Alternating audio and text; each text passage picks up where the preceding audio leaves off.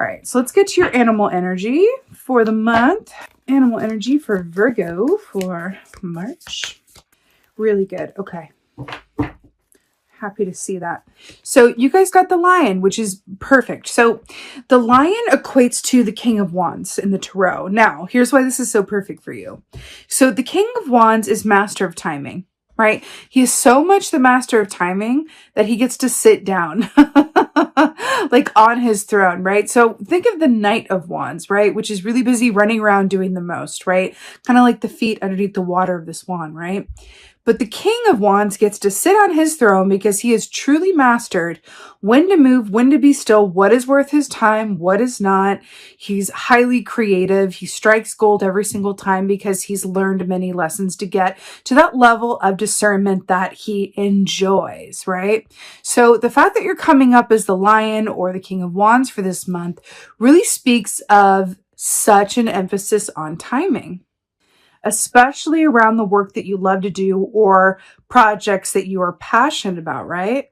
This also speaks of being in a position of authority, power, leadership. So you could also be feeling a bit of the weight of the world or a little bit extra pressure or a little bit extra, eyes on you or focus or dependence on you. And again, I keep going back to that swan with everything appearing okay, but then underneath a lot is going on. I would say within this to remember to self-care and nurture and look after your own needs as well as others during the month of March as well. But overall, the line coming through is such a beautiful energy of power, authority, leadership, and passion. Really, really beautiful. And strength, of course. Okay. Let's see what's going on for Virgo. What's going on for y'all for March? Did you know that my two best friends in the world are Virgos? I really, I really get along with Virgos very much. Right. Okay. So coming off the top here, we have the Tower. So really interesting, right? Remember what I said about that anxiety and the difference of how things appear versus how they really are, right? The Tower is about a big shift, a big change, and things sort of crumbling, right? Now, what's interesting about this, with what I was picking up about your timeline or wanting things a particular way, may not necessarily line up with others' ideas or the universe and how things work out for you this month, and that the path of least resistance is the path of flow. And then we had the Tower coming in here. I'm really hearing this. It's about it really, really surrendering to things as they want to happen. Again, back to this King of Wands. Knowing what is worth your time and effort and knowing when to walk away.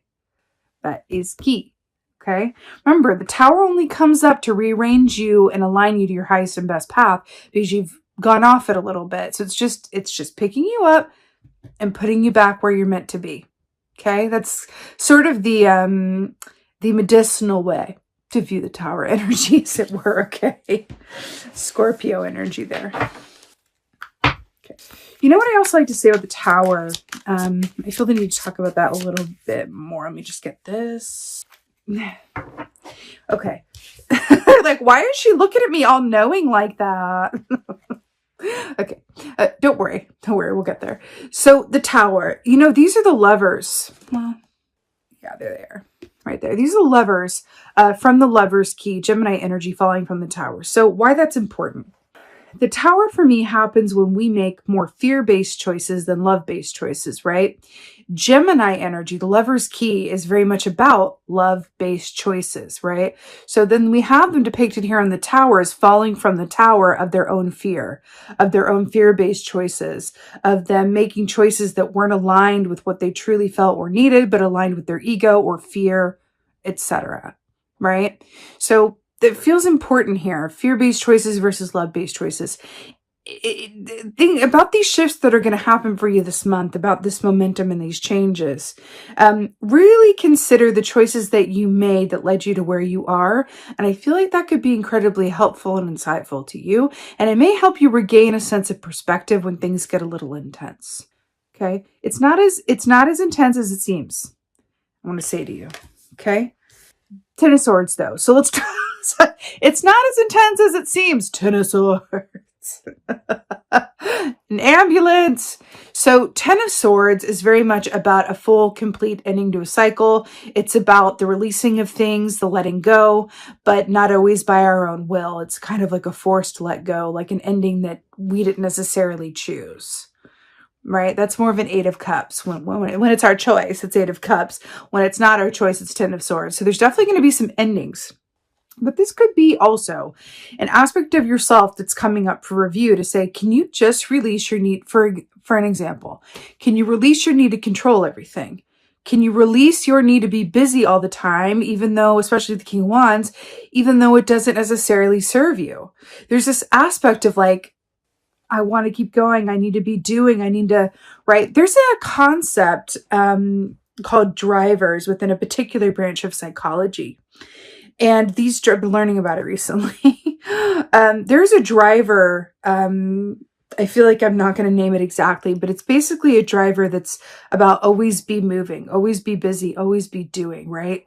And it's this real resistance to being still or having nothing to do or being perceived as, inactive or lazy or whatever that is.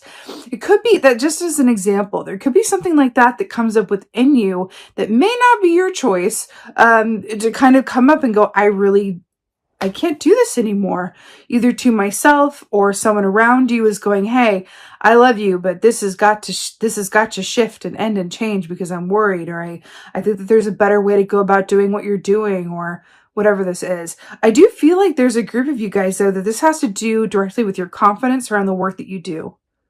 I feel like we need a boost of confidence around the work that you do in some way, shape, or form. And it could be around your decision-making abilities or your point of authority, the Lion. What else is going on? So we got the Queen of Swords in reverse. So let's flip her right side up for the time being. So Queen of Swords in the upright is about high discernment, decision-making ability. She is the expert editor. She knows what to cut out and when, and she has no qualms about it, though. It's air energy, right? So Aquarius, Libra, Gemini. So it's interesting that she's coming up here as the editor and as the change maker, because we have changes here, big change with the Tower, change with the 10 of Swords, sometimes a forced hand with that, to the Queen of Swords, which goes, I do not suffer fools gladly. I'm going to make changes where they need to be made. And I'm not necessarily going to let emotion or sentimentality enter into the equation, because it's not personal. It's business, is what her kind of tagline is. Now, the fact that she's in reverse, this can be acting against your own best interest when she comes up in the reverse and making decisions based on, how do I say this? It's kind of like a remnant of making fear-based choices, but it's really more about operating under the belief that I need to do X, Y, and Z, look out for me, do this, because if I want to do right, I need it, I have to do it myself. Or I need to do all of this because no one else is going to help me. Or I need to go about it this way because it's better to ask for forgiveness than permission. It's a bit of that underhanded or going about things. This could be in any given scenario where there is a distinct lack of decorum or faith or the above board way of going about things as far as decisions or edits or choices are concerned. So it's interesting here. Again, this can also be an aspect of you where you may be even doubting your ability to make the best decision available because your brain could be feeling a bit overwhelmed. Again, back to that low-grade anxiety and that swan of everything appearing one way, but under the surface being, ooh, not so great. Then we have the Queen of Swords in reverse, and we're talking about what's above the water versus what's below the water. I'm getting from this as well, ask for help when and as you need it. True strength is vulnerability. Brene Brown, right? Getting asked for help when you need it, and know that that's an important part of being a leader, of, stepping into your full power and authority, is asking for help when you need it, like the lion would, right? Yeah, it's a distinct Emperor energy here that I'm picking up on. All right, clarifier for the Tower. Wow. So you got the High Priestess in reverse. Now, when the High Priestess comes up in reverse, well, in the upright, she's about connecting in with your intuition to discern a truth that is only available to you in the stillness, right? Then we have this in reverse. This is a resistance to be still. This is a resistance to go inward and access what is inside of you.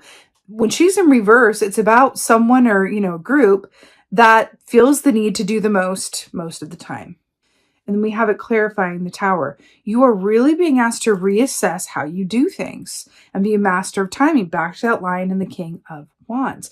There's information that is available to you, but only if you make the time to be quiet, to meditate, to sit in contemplation, to journal, to whatever that is for you.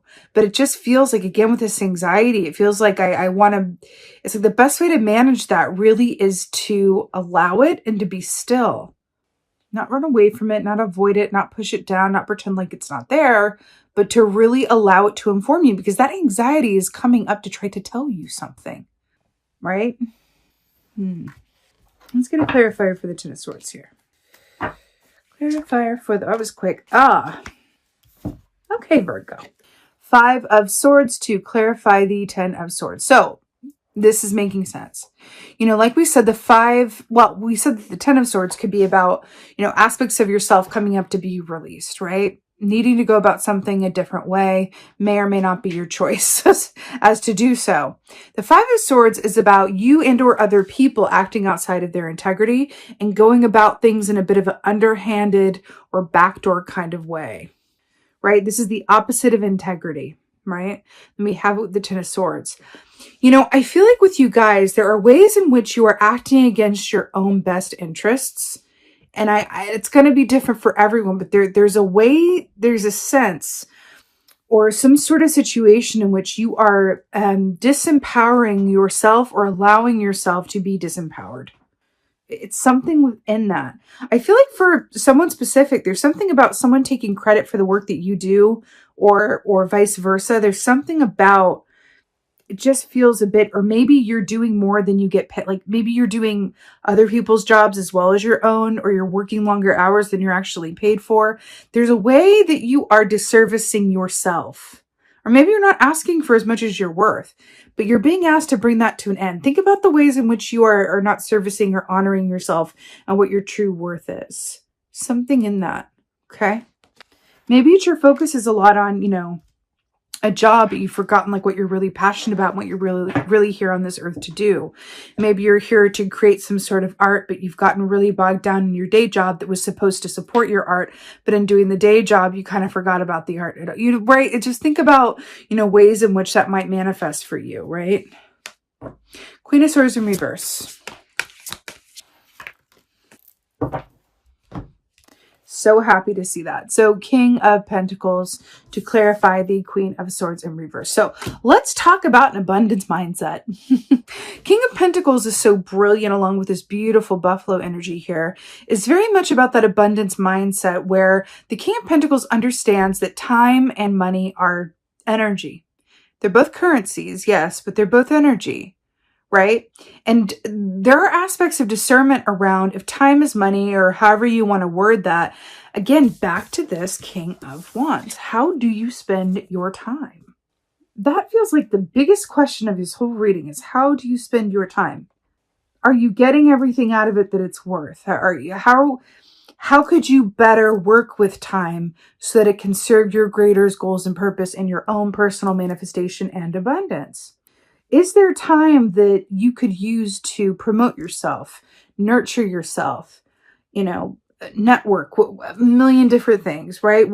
How could your time be better managed in order to serve what you deserve and what your needs are? Because it feels like with this swan energy and this hermit that refuses to be still, right? It really feels like there's this strong sense of you missing out on an opportunity to connect with the powerful aspect of you that knows exactly what you need and what needs to be released in order to have more time for what you actually want to do or manifest, is what this feels like, Virgo. These are two very powerful energies, Buffalo and Lion. You're being asked to step into those and embody those from a place of belief and confidence. There's a lot more ease and flow that wants to happen within your situation, but I feel like there's an aspect of you cutting yourself off at the knees, heels, something like that, in favor of something else. And I don't know what that something else is. If that's a boss that asks more than they should, or if it's something going on with the family where it's like it's something about that. It feels like an imbalance. And you're being asked to step into King of Wands and become master of your time, right? Let's get an oracle. Oh, God. We got 2 for 1. I really like these. Okay, so we got peace and awakening. So we were talking about this aspect of awakening with like, let's wake up and realign and really go with what we need and remember that 10 of Swords, an end to the way of doing something. With the 5 of Swords, maybe an end to an aspect of ourselves or our tendencies to self-sabotage or our tendencies to whatever XYZ it is, to put others before ourselves, whatever that is. We are awakening into a new way of being. We're seeing ourselves where we're realizing how we are not always necessarily giving yourselves your best chance or operating within your own best interest. Right? And then we have peace. Now, what's really brilliant about this? Look at this. Look, it's the lion and the lamb. Do you remember that, what I was saying about that Brene Brown quote, true strength is vulnerability? And we have the lion and the lamb, which is the symbol of strength being vulnerability, because the lion represents strength and the lamb represents vulnerability. Fascinating, right? True strength is vulnerability. So ask for help when and as you need it, but also allow yourself to be vulnerable with yourself. And really assume that high priestess position and understand that you deserve everything that you want. You do. You deserve to be compensated for the work that you do. You deserve to love the work that you are compensated for. You deserve to have healthy, functioning, high vibrational relationships. You deserve all that stuff. You deserve a happy, abundant, wonderful home that is your safe haven. You deserve health, wealth, prosperity. You deserve all of those things. You deserve peace, all of those good things. What could be getting in the way of that you can assume the Queen of Swords position and remove as the King of Wands in divine timing, you know, using discernment and your instinct, right? This is coming up for you in order to clear some of this energy so that you can step into the King of Pentacles that you are meant to be, that you are, but there's other things going on around you that are acting as an impediment to the full actualization of this energy within you, the King of Pentacles. Okay? But you got this, Virgo. It's a bit intense, but you absolutely got this.